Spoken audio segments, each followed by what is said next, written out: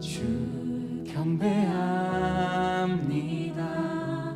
다른 신 아니 오직 주께. 주 앞에 엎드려, 주 앞에 엎드려 경배합니다. 오직 주께. 주 경배합니다. 다른 신 아니 오직 주께. 나의 모든 우상들, 나의 보좌 모두 다 내려놓고, 나의 모든 우상들, 나의 보좌 모두 다 내려놓고, 주 앞에 엎드려, 주 앞에 엎드려 경배합니다. 오직 주 경배합니다. 다른 신 아닌 주 경배합니다. 다른 신 아닌 오직 주께. 나의 모든 우상들, 나의 보좌 모두 다 내려놓고, 나의 모든 우상들, 모든 우상들, 종교의 영, 메마른 마음, 나의 모든 우상들, 나의 모든 우상들, 나의 보좌 모두 다 내려놓고, 나의 모든 우상들 다 떠나갈지어다. 나의 보좌.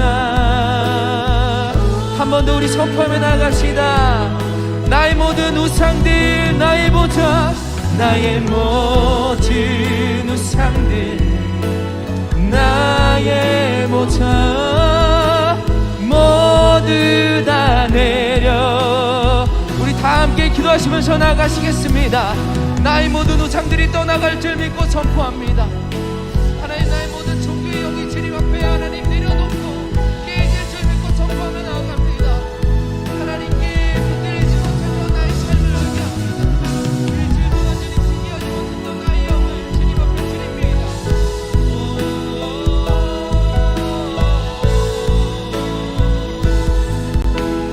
나의 모든 우상, 나의 모든 우상들, 나의 보좌 모두 다 내려, 나의 모든 우상들,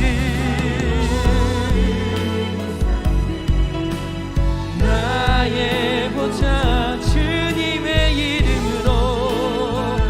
다시 한번 우리 선포하며 나갑시다. 나의 모든 우상들, 나의 모든 우상들, 나의 보좌 모두 다 내려놓고, 주 앞에 엎드려, 주 앞에 엎드려 경배합니다. 오직 주께. 주 앞에 엎드려, 주 앞에 엎드려 경배합니다. 나의 심령아 주님 앞을 높일지어다. 주 앞에 엎드려, 주 앞에 엎드려 경배합니다. 오직 주께. 온전히 찬양받게 합당하신 주님, 우리 주님 앞에 찬양하며 경배 올리십시다. 할렐루야, 아멘, 할렐루야. 우리 다 같이 일어나서 함께 찬양하시면서 나가시겠습니다.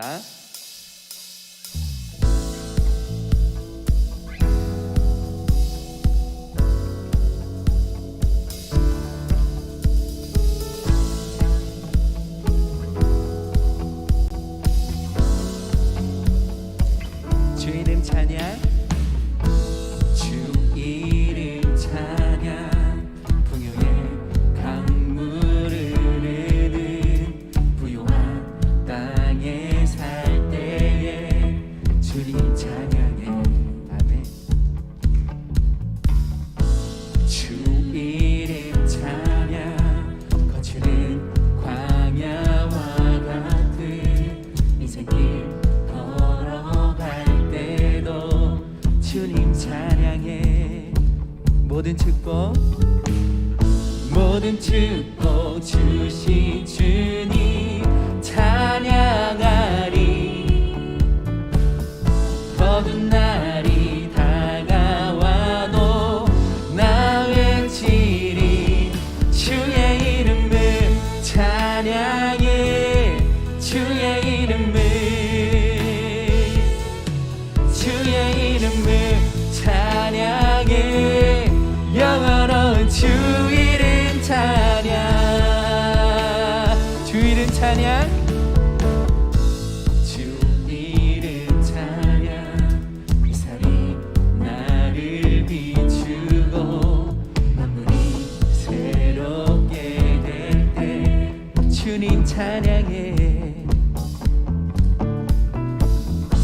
주 이름 찬양. 가는 길 험할지라도 고통이 따를지라도 내 주님 찬양해. 아멘. 모든 축복 주신 주님 찬양하리. 어두운 날이 다가와도 나 외치리.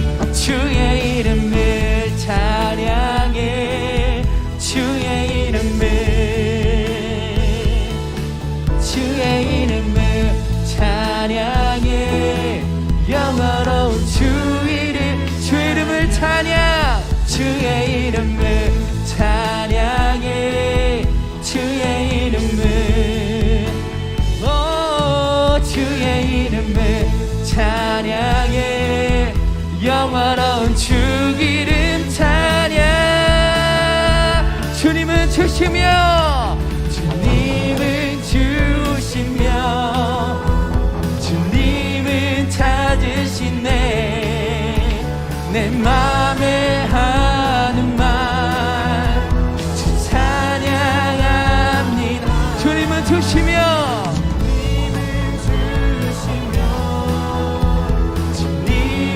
찾으시네.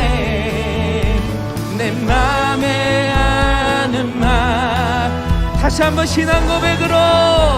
주님은 주시며, 주님은 주시며, 주님은 찾으시네. 내 맘에 하는 말 주 찬양합니다.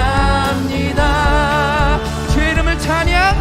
주의 이름을 찬양해. 주의 이름을, 주의 이름을 찬양해. 영원한 주 이름, 전심으로 주의 이름을 찬양.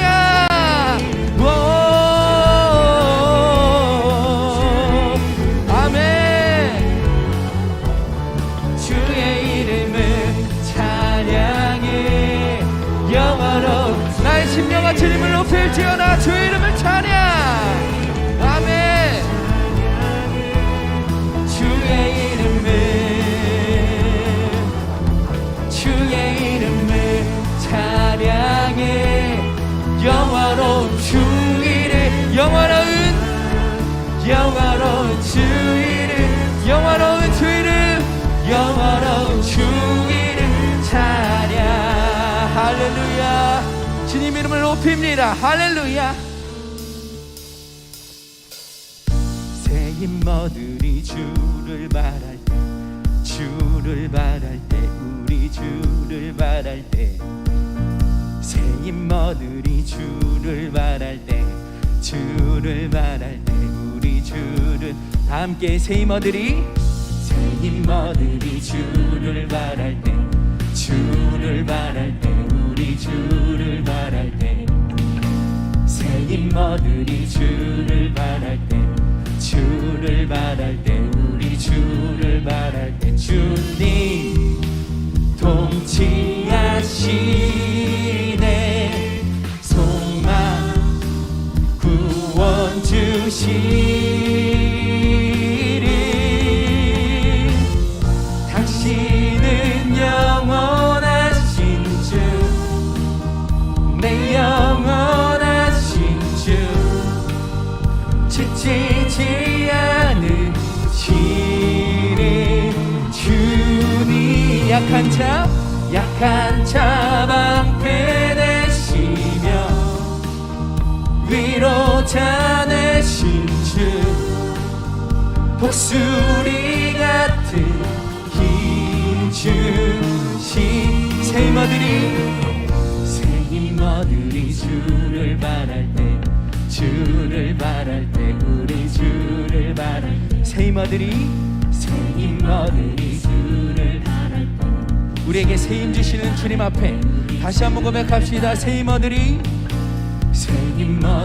주를 바랄 때 주를 바랄 때 우리 주를 바랄 때 새 임머들이 주를 바랄 때 주를 바랄 때 우리 주를 바랄 주님 통치하시네 소망 구원 주시리에 당신은 영원하신 주 내 영원하신 주 지치지 않으시는 내 주님 약한 자 방패 되시며 위로자 되신 주 독수리 같은 힘 주 당신은 영원하신 주님 당신은 영원하신 주 내 영원하신 주 지치지 않으시는 주님 약한 자 방패 되시며 위로자 되신 주 독수리 같은 힘 주시 우리 주님을 찬양하며 높입시다. 할렐루야. 주님 이 시간 주님을 높입니다. 영원하신 나의 주님 단 한 번도 우리에게 사랑을 끊은 적 없는 주님 찬양합니다. 할렐루야. 당신은 영원하신 주님 당신은 영원하신 주 내 영원하신 주 지치지 않으시는 주님 약한 자 방패 되시며 위로자 되신 주 독수리 같은 힘 주시네 독수리 같은 힘 주시네 당신은 영원하신 주 내 영원하신 주 지치지 않으시는 주님 약한 자 방패 되시며 위로자 되신 주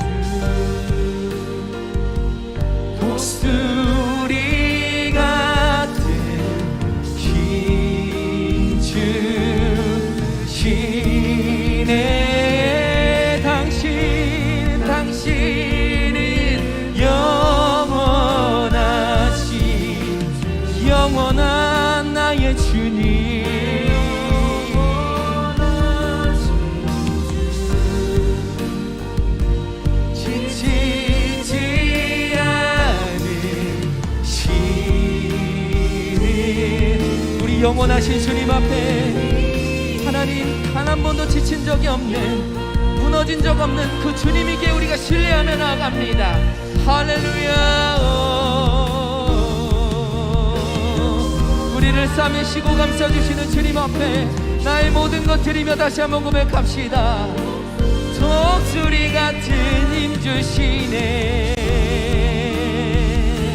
다시 한번 선포하며 나아갑니다. 당신은 영원하신, 당신이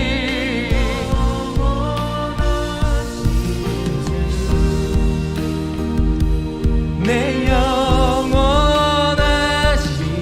주, 지치지 않으시는 주.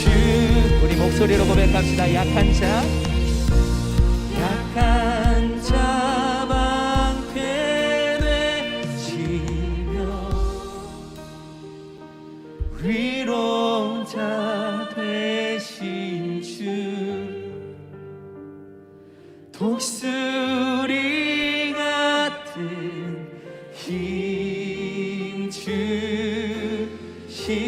다시 한번 고백합시다. 약한 자 방패 되시며, 약한 자 방패 되시며 위로자 되신 주,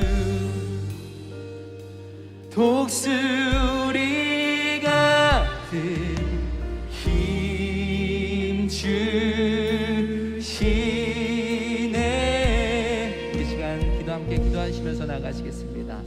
하나님, 나의 어떤 상황이든지 내가 감사할 제목이 있든지 감사할 제목이 없든지 하나님 언제나 감사하게 하여 주시고, 성령 하나님, 약한 자 방패 되신 주님, 위로하시는 주님, 위대하신 주님께서 언제나 그 손을 놓지 않았기 때문에 우리가 신뢰하며 나가는 줄 믿습니다. 하나님, 다시 한번 우리가 눈을 들어 예수님의 얼굴을 바라보고 그 능력을 신뢰하며 하나님 앞에 다시 한번 붙들리는 역사가 일어날 수 있도록 나의 모든 삶 가운데, 가정 가운데, 나의 삶 가운데 하나님 함께하여 달라고 우리 이 시간에 함께 기도하시면서 나아가시겠습니다. 기도하시겠습니다. 오 주님, 하나님 나의 삶 가운데 나의 무너진 자리 가운데 성령님이 인도하여 주시고,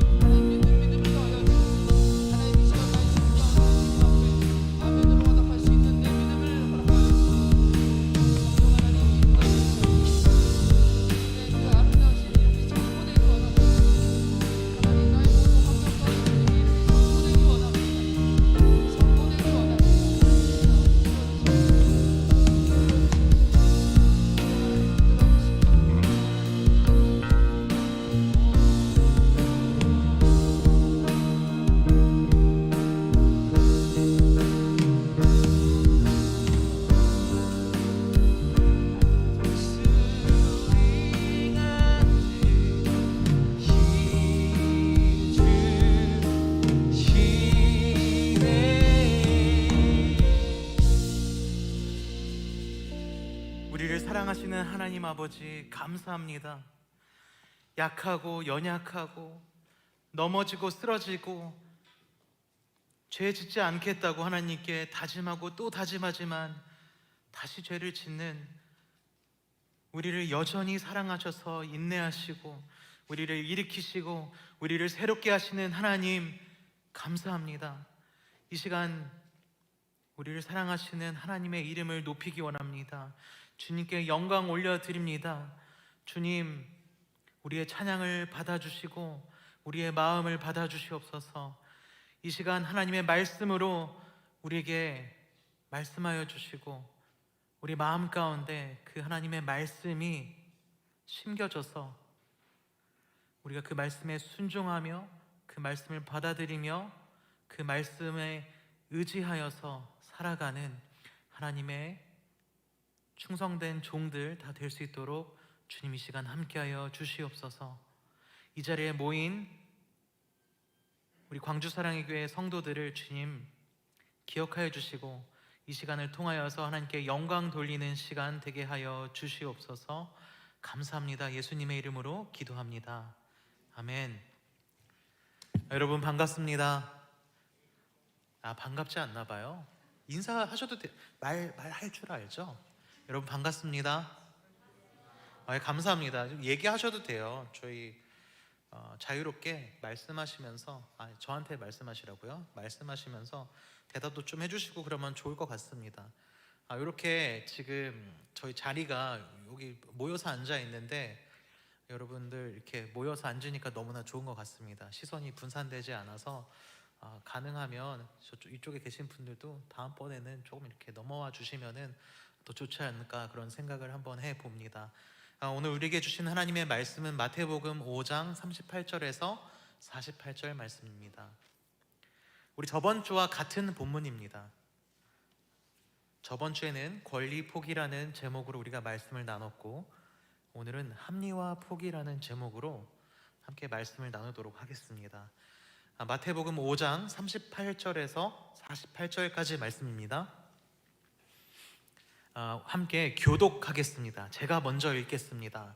또 눈은 눈으로 이는 이로 갚으라 하였다는 것을 너희가 들었으나 나는 너희에게 이르노니 악한 자를 대적하지 말라. 누구든지 내 오른편 뺨을 치거든 왼편도 돌려대며 또 너를 고발하여 속옷을 가지고자 하는 자에게 겉옷까지도 가지게 하며 또 누구든지 너로 억지로 우리를 가게 하거든 그 사람과 심리를 동행하고 내게 구하는 자에게 주며 내게 꾸고자 하는 자에게 거절하지 말라.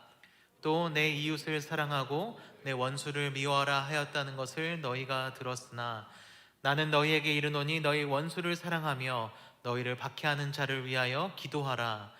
이같이 한즉 하늘에 계신 너희 아버지의 아들이 되리니 이는 하나님이 그 해를 악인과 선인에게 비추시며 비를 의로운 자와 불의한 자에게 내려주심이라. 너희가 너희를 사랑하는 자를 사랑하면 무슨 상이 있으리요? 세리도 이같이 아니하느냐? 또 너희가 너희 형제에게만 무난하면 남보다 더하는 것이 무엇이냐? 이방인들도 이같이 아니하느냐? 다 함께 읽겠습니다. 그러므로 하늘에 계신 너희 아버지의 온전하심과 같이 너희도 온전하라. 아멘. 여러분 이소무화 중 하나인 여우와 신포도에 대해서 읽어보셨는지 모르겠습니다. 이소무화가 굉장히 옛날 동화이기 때문에 좀 연식이 있으신 분들은 이소무화를 아실 거고 그렇지 않으신 분들은 모를 수도 있을 것 같아요. 이 여우와 신포도라는 이 동화의 내용은 이렇습니다.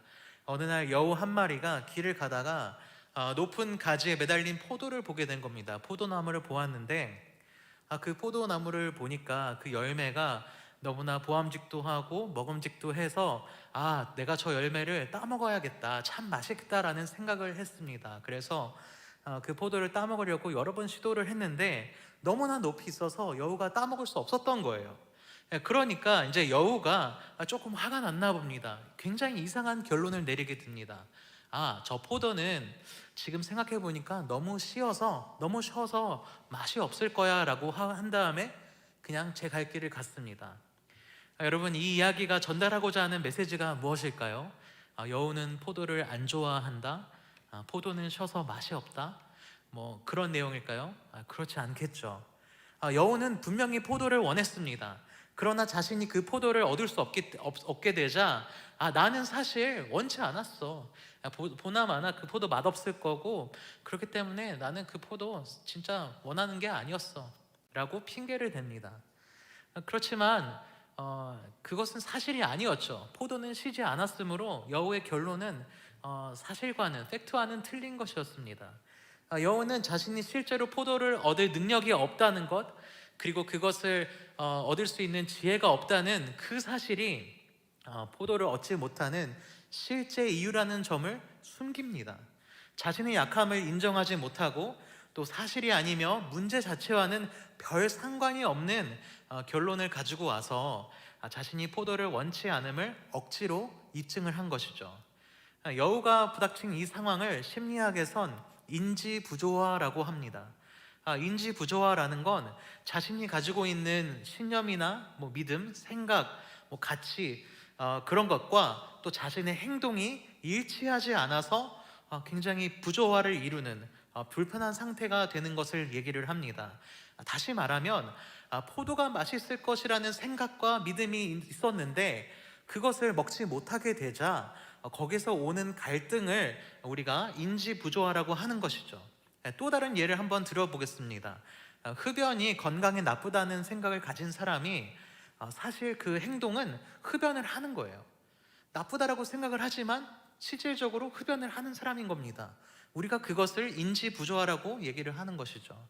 흥미로운 것은 사람은 자신의 신념 또는 믿음과 행동에 있어서 일관성을 유지하고자 하는 욕구가 있다고 합니다. 그래서 인지에 자기가 그 이해하는 데 있어서 조화로운 상태를 원한다고 해요. 그러니까 갈등이 있는 상태에서 갈등이 없는 것을 원하게 되어 있다라는 얘기입니다. 이것을 위해서는 두 가지 방법이 있어요. 해결하기 위해서 신념을 바꾸거나 행동을 바꾸거나 이 둘 중에 하나를 택할 수 있습니다. 자, 아까 예를 들었던 흡연자가 흡연이 나쁘지만 흡연을 하는 이 갈등 어떻게 해결할 수 있겠습니까? 이 부조화를 어떻게 해결할 수 있을까요? 첫 번째는 흡연이 건강에 나쁘지 않다라고 신념을 바꾸는 방법이 있고요. 두 번째는 행동을 바꾸는 방법이 있습니다. 금연을 하는 것이죠. 이 둘 중에 어떤 것이 더 합리적입니까? 행동을 바꾸는 것이 저는 더 합리적인 방법이라고 생각을 합니다. 근데 대부분의 사람들이 행동을 바꾸는 대신에 신념을 바꾸는 경향이 굉장히 많이 있죠. 여우는 맛있는 포도가 먹고 싶었지만 그것을 먹지 못하니까 나에게는 그것을 먹을 수 있는 능력이 없구나라고 고백을 했으면 됐을 텐데 그렇게 하는 게 아니라 저 포도 자체가 잘못되어서 사실은 내가 원하는 게 아니었어 라고 그렇게 신념을 바꾸는 행위를 하게 됩니다. 여러분, 우리도 갈등을 피하기 위해서 또 우리의 자존심을 지키기 위해서 나의 생각과 신념과 또는 믿음을 바꾸기도 합니다. 우리가 이거를 또 다른 심리학 용어로 자기 합리화라고 합니다. 그렇다면 우리가 자기 합리화를 하는 이유가 무엇일까요? 저는 그 중에 가장 큰 이유가 저번에도 나눴지만 자기애라고 생각을 합니다. 내 자신을 너무나 사랑하기 때문에 객관적으로 내 자신을 바라보지 못하고 나의 부족함을 인정하지 못하게 되는 거죠.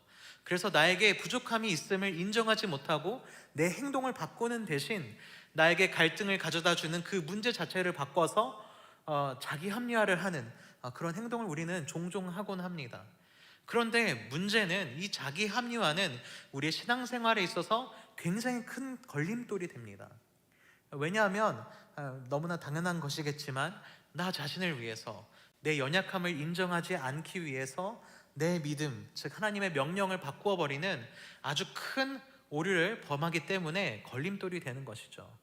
그래서 지난주에는 권리 포기에 대해서 얘기를 했다면은 오늘은 자기 합리화 포기, 합리화 포기에 대해서 좀 이야기를 해보려고 합니다.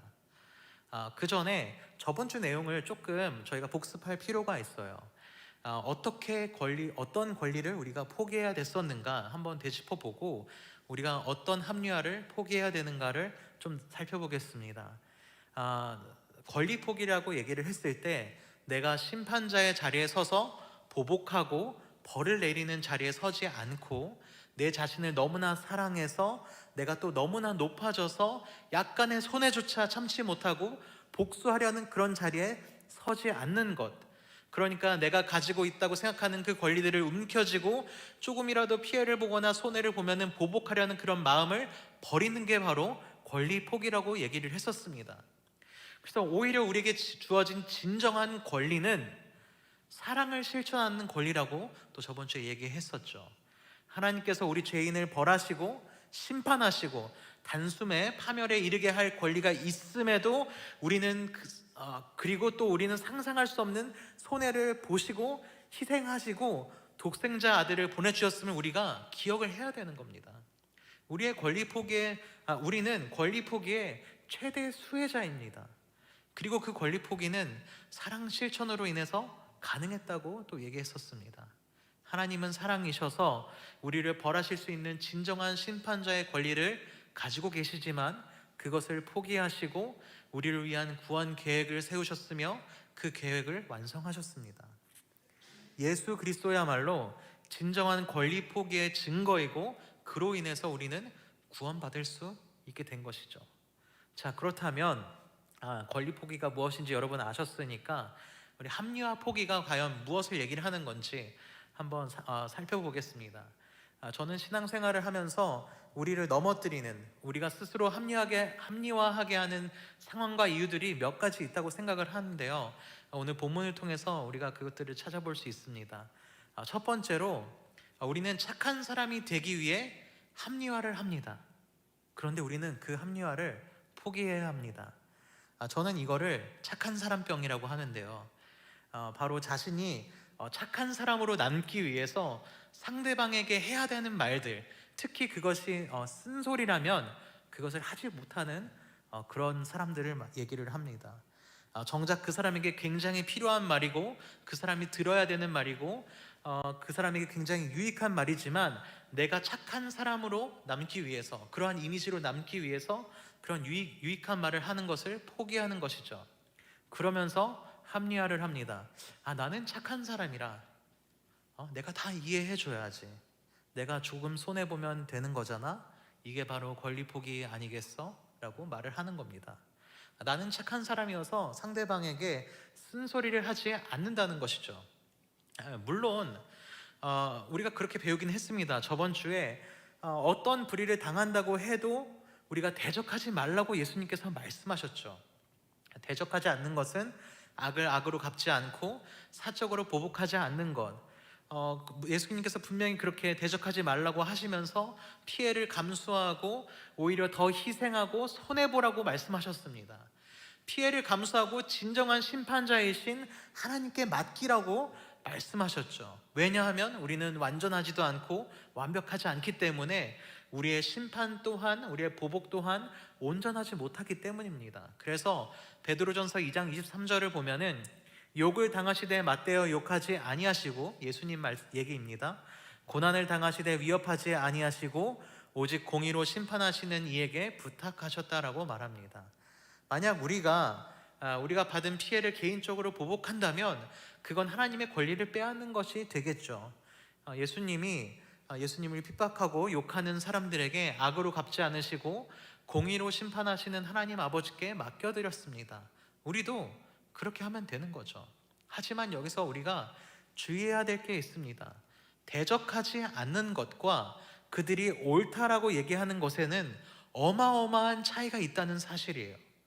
우리는 대적하지 말라는 말씀, 원수를 사랑하라는 그 말씀을 핑계로 모든 것이 옳다고 말할 수 없다는 겁니다. 모든 것을 인정해서는 안 된다는 거예요. 아무리 그것이 사랑의 동기로 시작되었다고 할지라도 아닌 건 아니라는 겁니다. 우리는 가끔 이 대적하지 말라는 말씀을 모든 상황에 다 대입시켜서 어떤 상황 속에서도 대적하지 않으려는, 그래서 착한 사람으로 남으려는 그런 경향이 있습니다. 왜냐하면 그게 더 편하기 때문이죠. 문제를 일으키지 않고 저 사람과의 갈등을 일으키지 않기 때문에. 그래서 내가 더 좋은 사람으로 보이기 위해서 그런 불편한 자리로 내 스스로를 몰고 가지 않습니다. 문제는 그렇게 되면 우리는 우리의 행동을 바꾸는 게 아니라 우리가 믿는 하나님의 말씀을 바꾸게 되는 큰 오류를 범하게 되는 겁니다. 예수님께서 우리에게 악한 자를 대적하지 말라고 하셨을 때 악한 자들을 무조건 인정하고 그들이 옳다고 보아야 된다라고 말씀하지 않으셨어요. 마태복음 18장 15절부터 17절을 보면 이렇게 얘기합니다.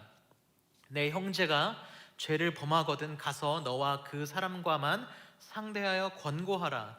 만일 들으면 내가 내 형제를 얻은 것이요, 만일 듣지 않거든 한두 사람을 데리고 가서 두세 증인의 입으로 말마다 확증하게 하라. 만일 그들의 말도 듣지 않거든 교회의 말하고 교회의 말도 듣지 않거든 이방인과 세리와 같이 여기라. 이 말씀은 죄악을 행하는 형제들에게 대적하고 경고하라는 말씀입니다. 우리는 잘못된 행위에 대해 도전하고 그 악을 대적해야 돼요. 그러므로 내 형제 자매가 죄악된 일을 하고 있다면, 죄를 범하고 있다면 우리가 권리 포기를 한다는 핑계로 그를 그대로 내버려 두는 게 아니라 그가 돌이킬 수 있도록 그의 문제를 말해줄 수 있어야 됩니다. 그래서 무조건적인 무저항이 아니라 예수님께서 성전의 노점상과 돈 바꾸는 사람들의 상을 뒤집어 엎었던 것처럼 우리는 죄악에 대적해야 됩니다. 그러므로 우리는 우리의 권리를 포기하고 그들을 대적하지 말고 사랑으로 감싸 안아야 한다고 해서 옳지 않은 것을 옳다고 하고 불법을 의로운 것이라고 하는 합리화를 하지 말아야 한다는 겁니다. 내가 정말 사랑꾼이기 때문에, 내가 사람들을 정말 사랑하는, 나는 너무나 좋은 사람이기 때문에 그들을 다 받아들이고 다 포용해야 한다라는 것을 보여주기 위해서 하나님의 말씀을 잘못 사용하지 말라는 얘기예요. 사랑하는 여러분, 이 세상은 정말 악한 것들을 주장하고 하나님께서 세우신 도덕과 윤리와 어떤 그런 법들을 벗어나는 것들을 굉장히 많이 주장합니다. 그렇다면 우리는 대적하지 말라고 하셨기 때문에 그것들을 대적하지 않고 그것들을 인정하고 그것이 옳다고 말해야 되겠습니까? 그렇지 않죠. 예수님께서 재판을 받으실 때 분명히 그것이 잘못되었음을, 불법임을 지적하셨습니다. 그러나 그럼에도 자신을 십자가에 못 박는 자들을 사랑으로 견디어내셨어요. 그게 바로 우리가 취해야 되는 자세입니다. 그들을 대적하지 않으며 사랑하는 것과 그들의 불의와 잘못된 것을 인정하고 옳다고 하는 것은 굉장히 잘못된 별개의 문제이며 잘못된 자세이고 오히려 그것은 참사랑이 아니라는 겁니다. 제가 예를 들어보겠습니다. 세상은 외칩니다.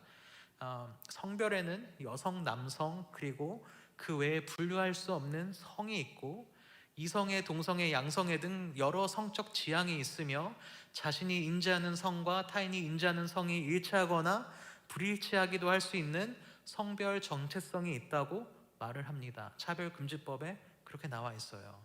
더 나아가 결혼이라는 개념 자체를 부셔서 누구나 서로 사랑하면 결혼을 하든 같이 살든 마음대로 할 수 있다라고 얘기를 합니다. 그렇지만 성경은 여러분 무엇이라고 얘기합니까? 하나님께서 인간을 남성 또는 여성으로 지으셨습니다. 결혼은 한 여자와 한 남자가 만나서 하는 것이라고 하셨어요. 에스겔 18장 4절을 보면 모든 영혼이 다 내게 속했다라고 하나님께서 말씀하십니다.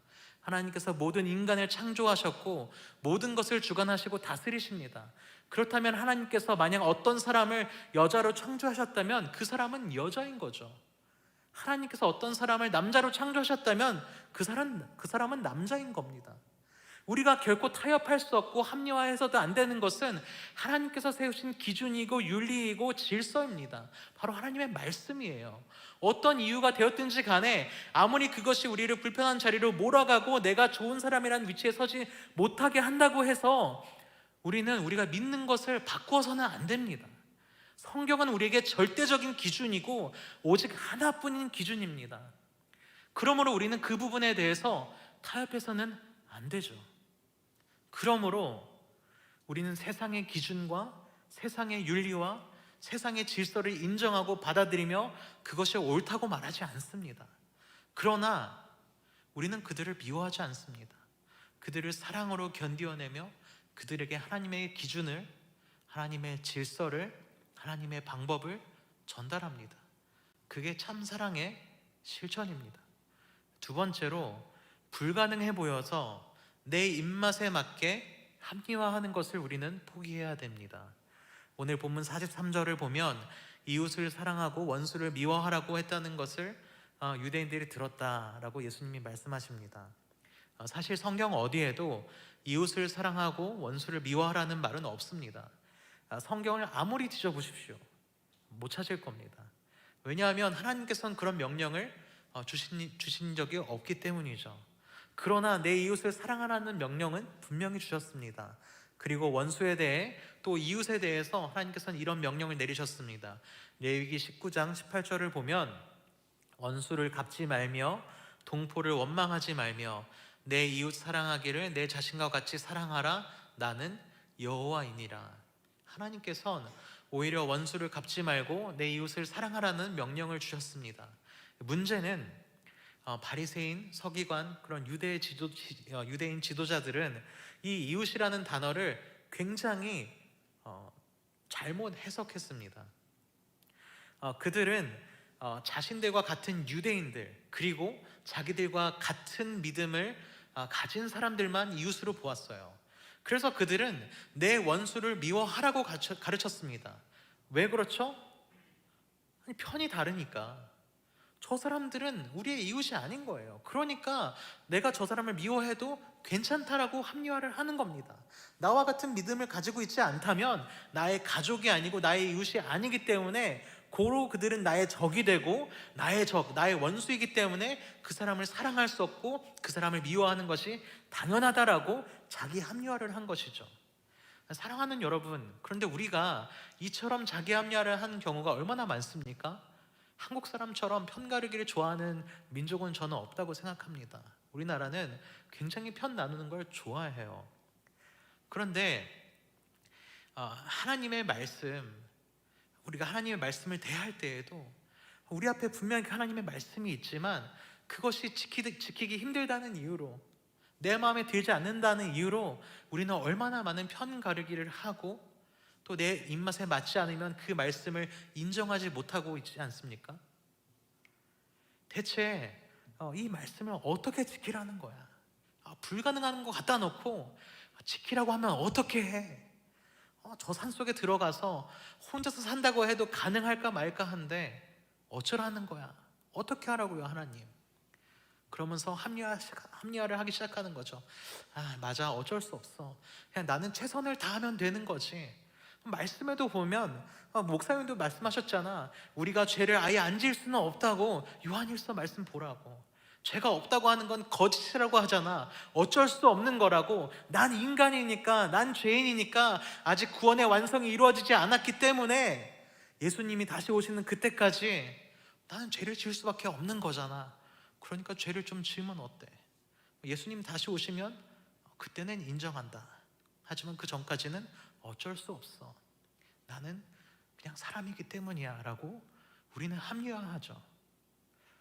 이처럼 내 이웃, 내 편을 사랑하는 것은 굉장히 쉽습니다. 하지만 원수를 사랑하는 것은 불가능한 것처럼 들리죠. 그래서 우리는 꼭 이웃 사랑이 뿐만 아니라 모든 부분에 있어서 내 입맛에 맞게 말씀을 잘못 해석하고 잘못 사용합니다. 그런데 예수님은 여기에 대해 뭐라고 말씀하시는지 여러분 아십니까? 44절을 보니까 이렇게 말씀하세요. 너희 원수를 사랑하며 너희를 박해하는 자를 위해 기도하라. 사랑하는 것뿐만 아니라 그 사람들을 위해서 기도하래요. 여러분, 기도하려면 어떻게 해야 됩니까? 그것에 대해서 생각을 해야 되죠. 생각을 하고 내 마음속에서 그것을 곱씹고 무엇을 그 사람을 위해서 무엇을 기도할까 생각을 해야 되는 거, 고민을 해야 되는 겁니다. 원수를 위해서 기도하래요. 이 본문이랑 평행 본문인 누가복음 6장 27절 28절을 보면은 더 놀라운 말들이 있습니다. 그러나 너희 듣는 자에게 내가 이르노니 너희 원수를 사랑하며 너희를 미워하는 자를 선대하며 너희를 저주하는 자를 위하여 축복하며 너희를 모욕하는 자를 위하여 기도하라. 원수, 미워하는 자, 저주하는 자, 모욕하는 자들을 사랑하고 선대하고 축복하고 기도하래요. 환장할 노릇이죠. 원수를 사랑하라는 이 말씀은 당시에 바리새인이라든지 에센파 열심당원이 가르쳤던 이 원수를 미워하라는 그 가르침과는 정반대의 가르침이었습니다. 여러분, 예수님의 가르침은 언제나 세상의 가르침과는 정반대되었어요. 그 당시의 흐름과는 달랐다는 얘기입니다. 지금도 그렇죠. 세상의 원수를 사랑하라는 말이 어디에 있습니까? 그냥 클리셰잖아요. 말로는 그렇게 하지만 누가 그렇게 해요? 크리스천들도 여러분 진짜 원수 사랑하는 크리스천들 많이 본 적 있습니까? 별로 없을 거예요. 심지어 같은 크리스천끼리 손가락질 하면서 욕하잖아요. 그런데 예수님은 그런 우리들에게 말씀하세요. 원수를 사랑하라. 그들을 위해 기도하라.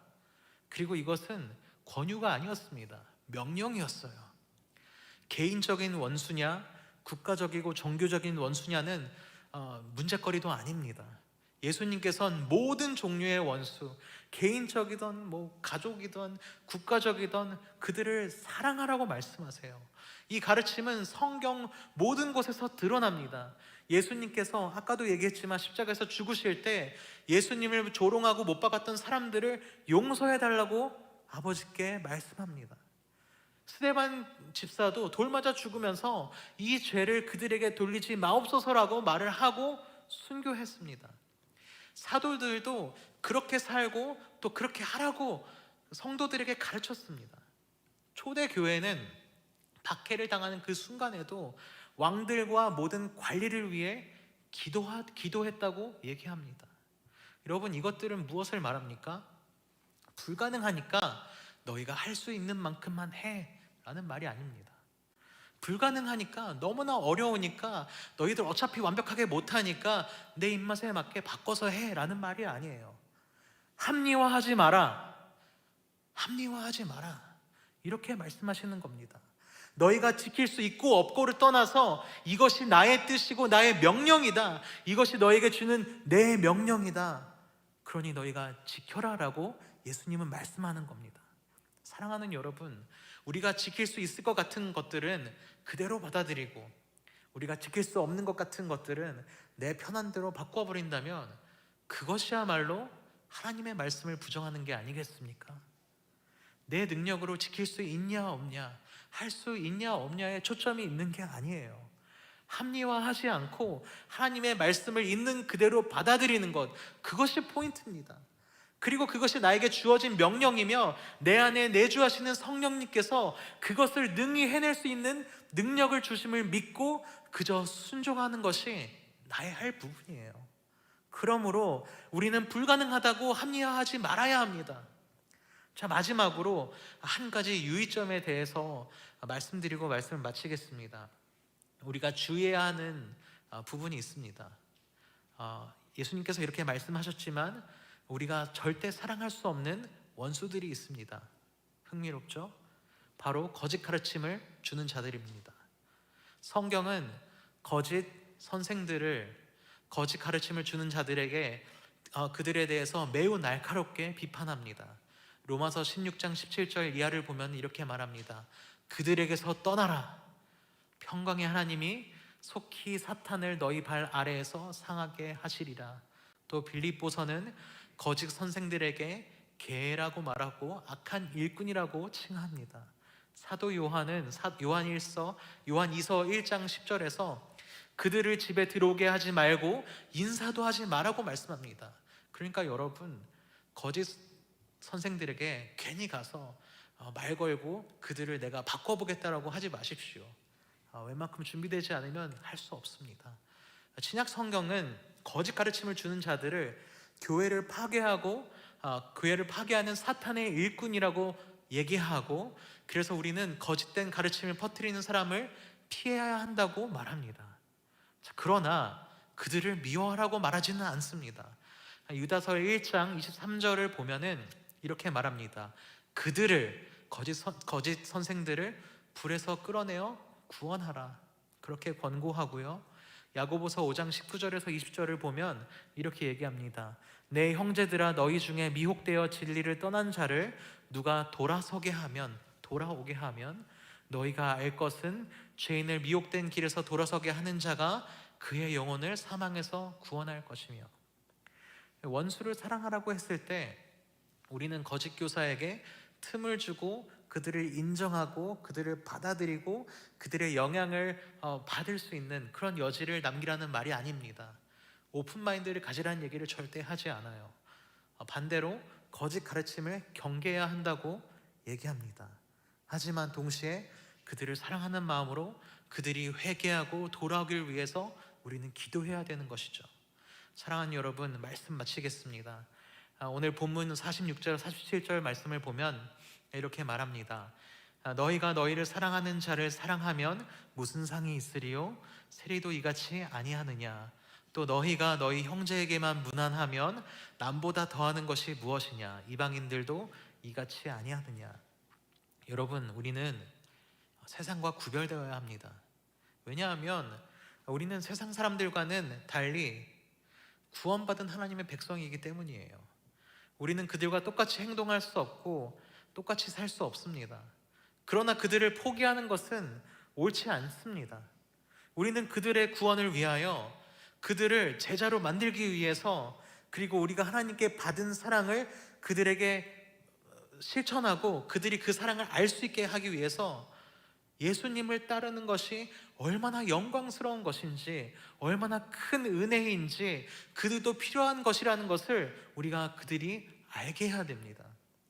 우리가 이처럼 원수를 사랑하며 손해까지 감수하며 선행을 하는 것은 우리가 얼마나 착한 사람인지를 보여주고 칭찬을 받는 것이 목표가 아닙니다.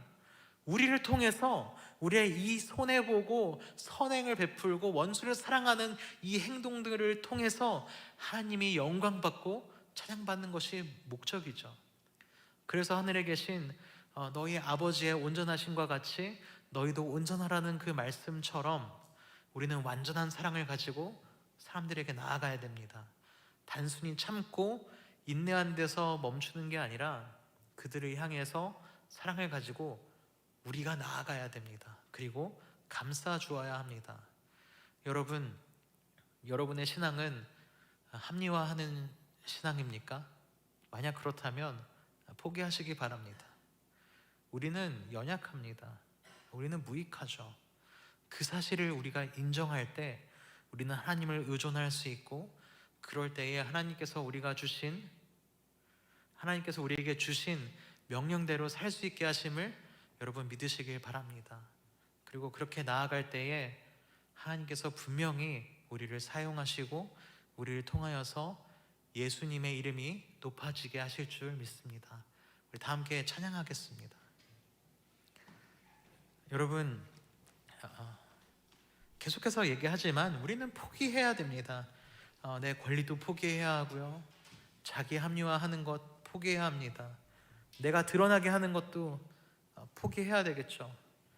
우리는 하나님 말씀에 순종하면서 주님 말씀하시는 대로 살아가는 그런 존재입니다. 그럴 때에 우리는 하나님께서 우리를 지으신 그 원목적을 제대로 이행하게 됩니다. 나오지가 않네요. 네, 감사합니다.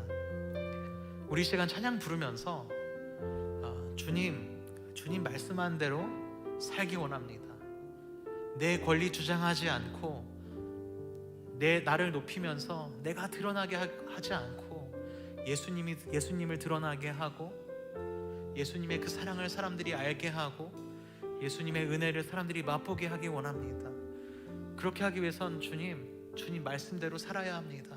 내가 그렇게 하기 원합니다 라는 그런 고백을 담아서 우리 함께 찬양하겠습니다.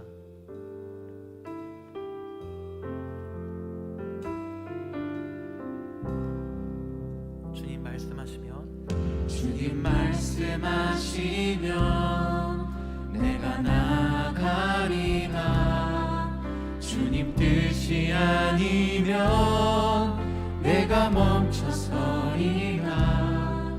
나의 가고 서는 것 주님 뜻에 있으니, 오 주님 나를 이끄소서. 주님 말씀하시면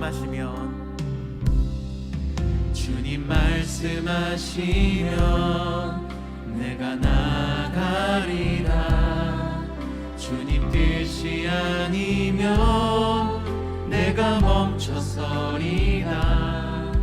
나의 가고 서는 것 주님 뜻에 있으니, 오 주님 나를 이끄소서. 뜻하신 그곳에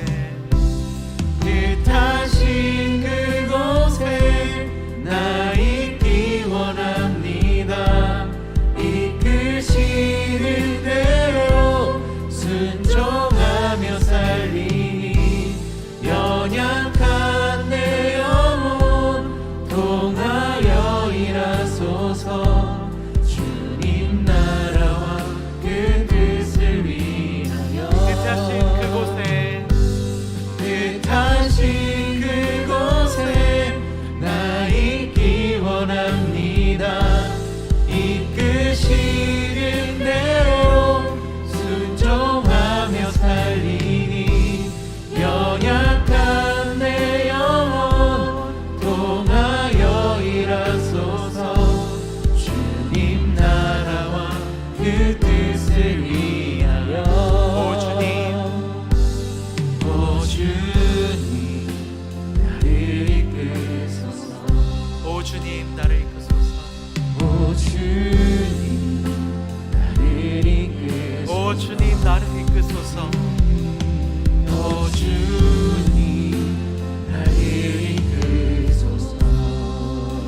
시간 함께 기도합시다.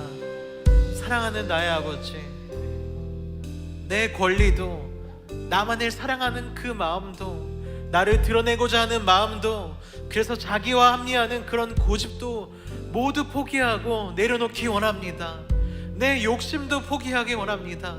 내가 드러나는 삶이 아니라 예수님이 드러나는 삶을 살기 원합니다. 나를 위하여 모든 것을 비우시고 포기하신 예수님의 사랑과 은혜가 드러나는 그런 삶을 살기 원합니다. 주님, 내 힘으로는 할 수 없습니다.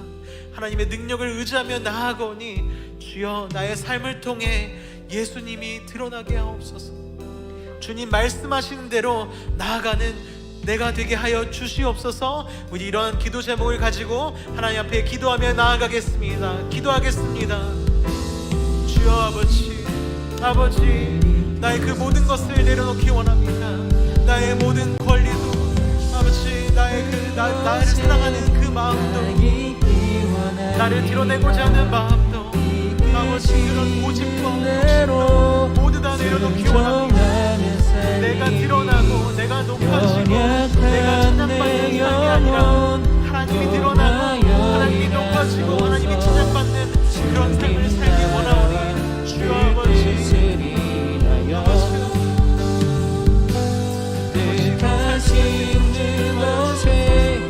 나를 모든 것을 포기하고 모든 것을 비우신 예수님의 이름을 기억하면서 나아가게 하여 주시옵소서.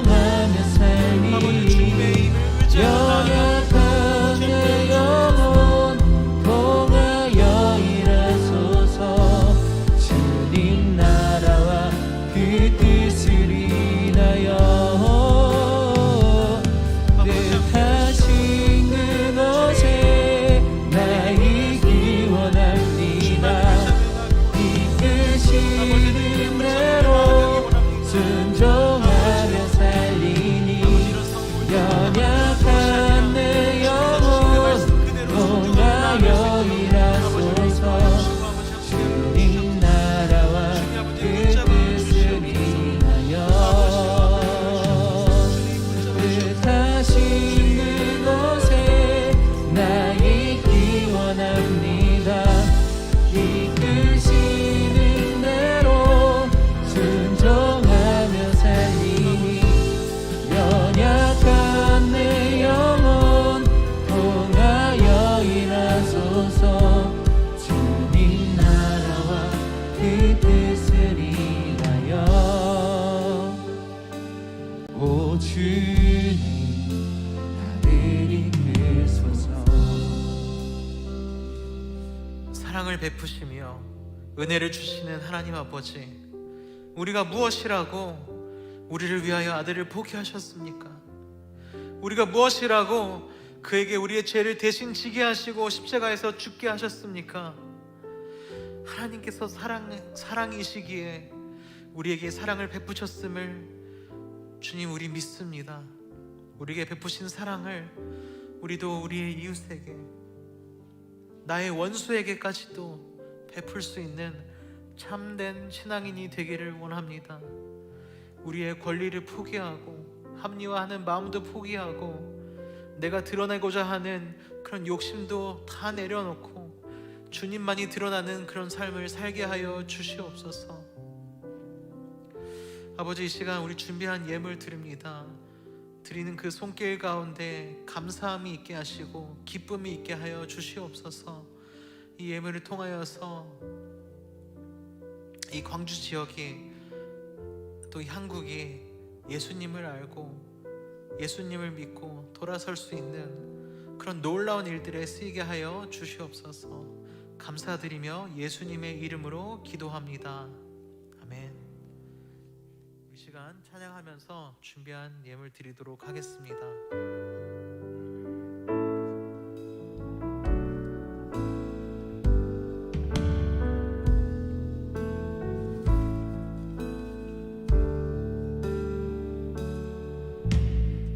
무엇과도 주님을 바꾸지 않으리. 다른 어떤 은혜 구하지 않으리. 오직 주님만이 내 삶의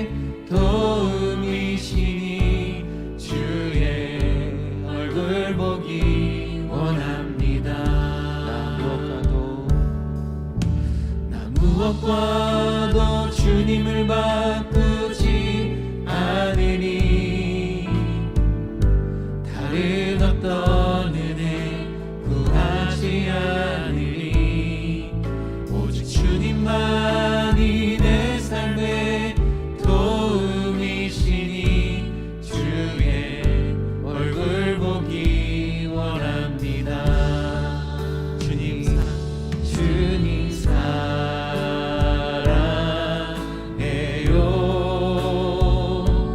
온 마음과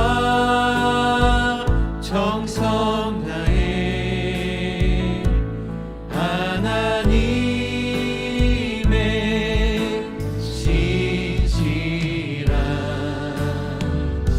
친구 되기 원합니다. 주님 사랑해요. 주님 사랑해요.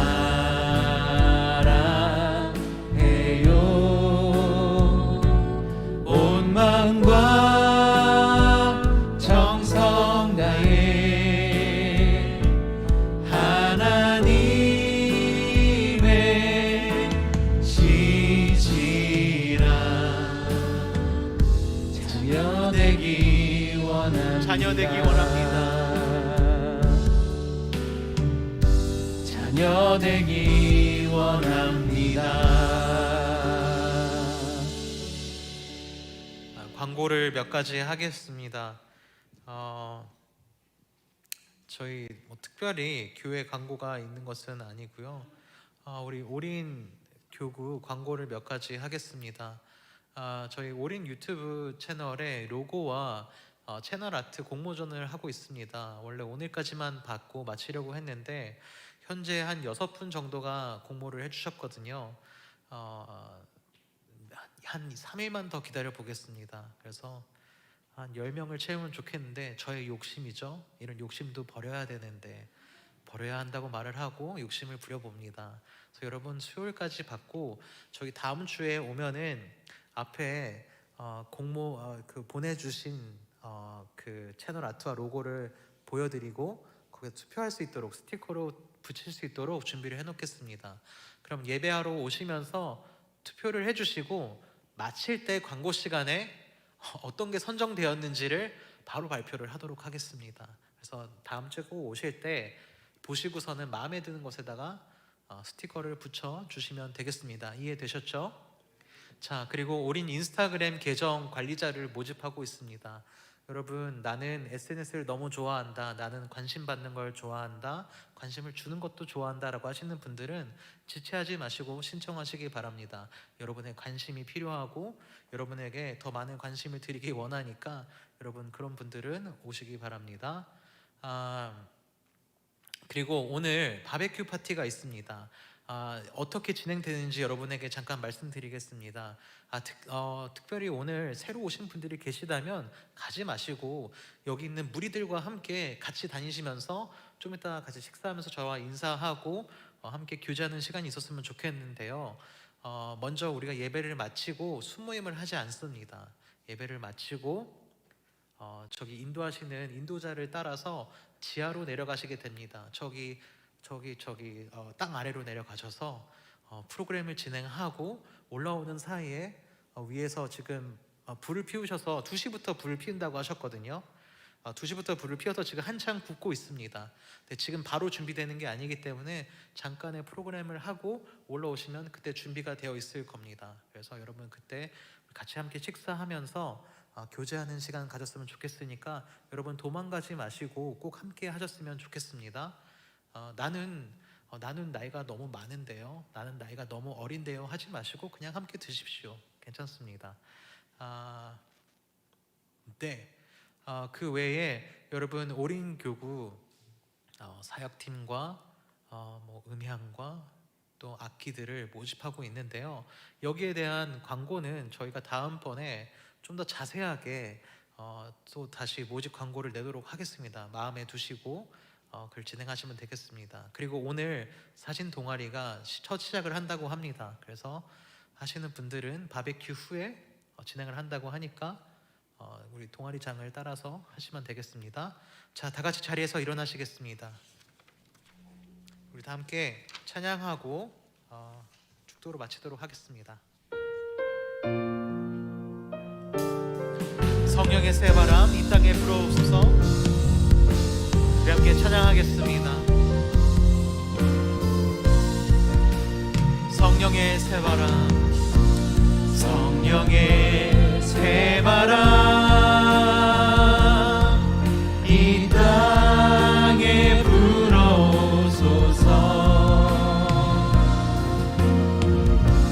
주의 영그 생기로 우리를 다시 살리사 이 땅에 하나님 영광 거하니 그런 나라가 되게 하소서. 열방에 하나님 영광 비추니 그런 나라가 되게 성령의 새바람 다시 한번 찬양합니다. 성령의 새바람 이 땅에 불어오소서.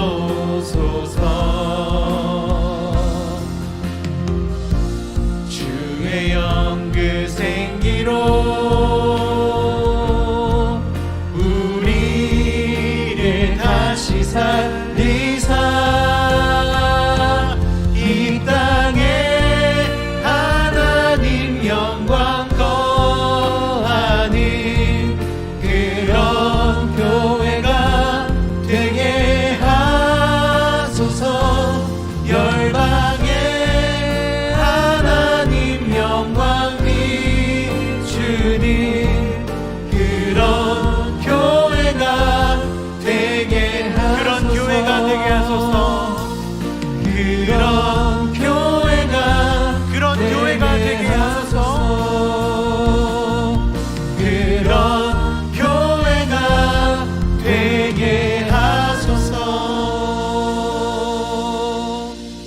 우리 주 예수 그리스도의 은혜와 하나님 아버지의 사랑과 성령님의 교제하심이 내 권리도 포기하고 내가 드러나는 것도 포기하고 자기 합리화하는 것도 포기하고 오직 예수 그리스도만을 드러내기 원하는 모든 성도들 위해 영원토록 함께 있을지어다.